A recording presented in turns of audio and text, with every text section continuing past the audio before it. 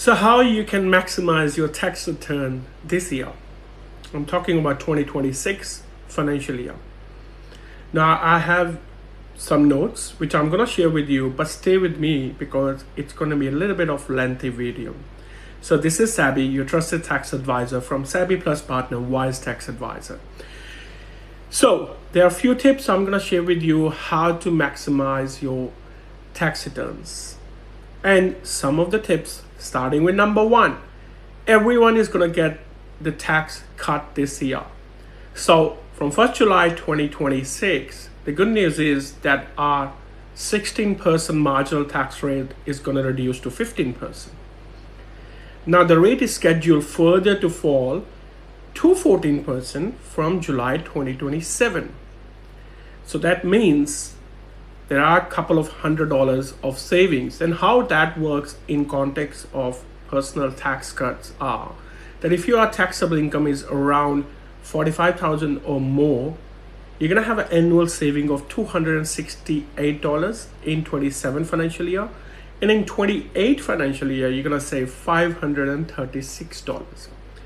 And then another good news is that you are now eligible for the small business tax write-off if you are running a small business. And what does that mean is that if your small business is making a sales or a turnover of below $10 million a year, then essentially you can deduct the full cost of eligible assets costing less than $20,000 instantly. And what does that mean is also important to note is that the threshold applies on a per asset basis. So it's not the total number of eligible assets, it's per asset, $20,000 direct, immediately write off as a deduction. Now, superannuation tax rise, you probably would have heard a lot. It may or may not impact you.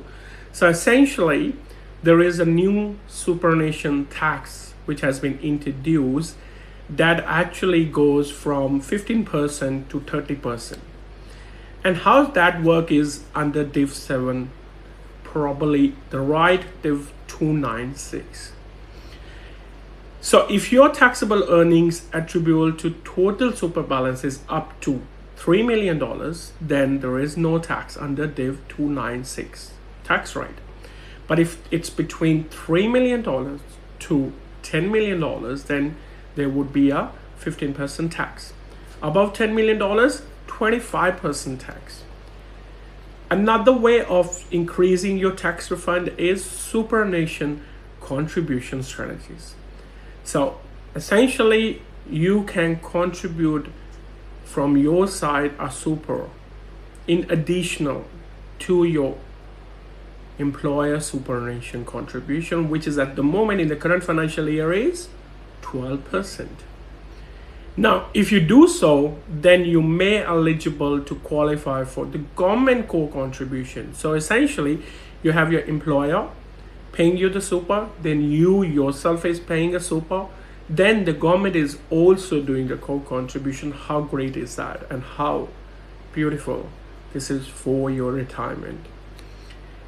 What is the advice from the Wise Tax Advisors?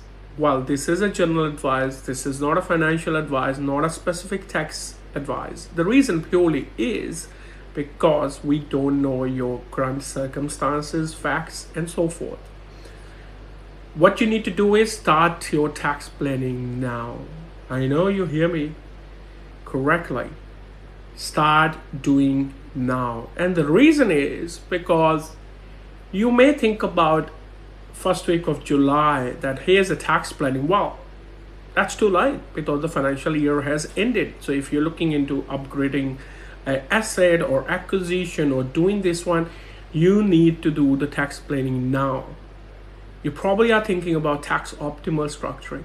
You probably are thinking about starting new business, buying new business, selling new business. So you want to make sure how that transaction will have a tax consequences.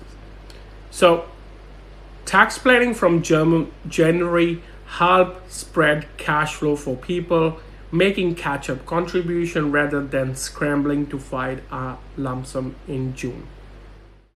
In my view, waiting until June to talk to your advisor is like trying to book a flight while the plane is taking off.